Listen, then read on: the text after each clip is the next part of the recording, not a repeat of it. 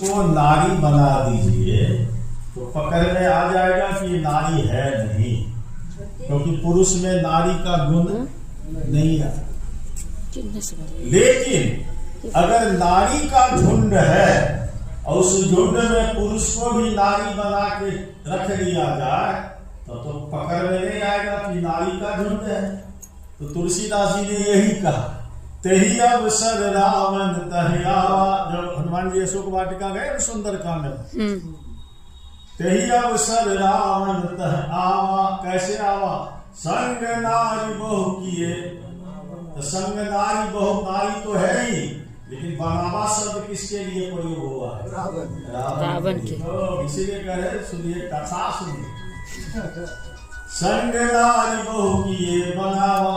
इसीलिए विभीषण जी ने हनुमान जी से कहा था, जुगति विभीषण सकल सुनाई। कहा हनुमान जी आप विप्र रूप में हो और इस रूप में आपको अशोक वाटिका में प्रवेश नहीं होगा, क्योंकि अशोक वाटिका में पुरुष का प्रवेश निषेध है।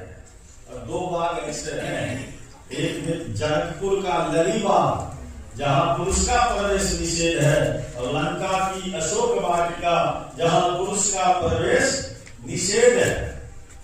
गोस्वामी जी ने बड़ा सुंदर चित्र दिखा। तो कहा कैसे जाए, हम तो बने हैं विप्र लेकिन बंधन बनेंगे। कहा हाँ स्वरूप बनेंगे, पुरुष नहीं जाएगा, मनुष्य का कोई पुरुष नहीं जाएगा। निर्मला जी आज रावण पहली बार उठा और डायरेक्ट अशोक वाटिका चले गया। आज के बाद अब जाने की जरूरत, आज के बाद रावण रहेगा ही नहीं, तो अशोक वाटिका से क्या लेना है। इसलिए आप मानस का आधार देंगे तो देखेंगे सुंदर कांड में जो रावण सीता जी को समय देकर गया, आज तक लौट के गया कभी अशोक वाटिका? कभी गया?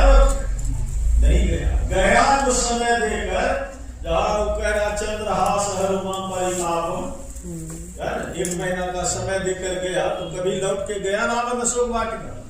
कभी नहीं गया। आज देखिए संहिता कह रहा है कि रावण डायरेक्ट चल गया अशोक वाटिका, और सीता जी से कहता है कि सीते तुम्हारा वनवासी राम समुद्र के उस पार रुका हुआ है और रामेश्वर स्थापना करना चाह रहा है, और आचार्य पद के लिए मुझे चुना है।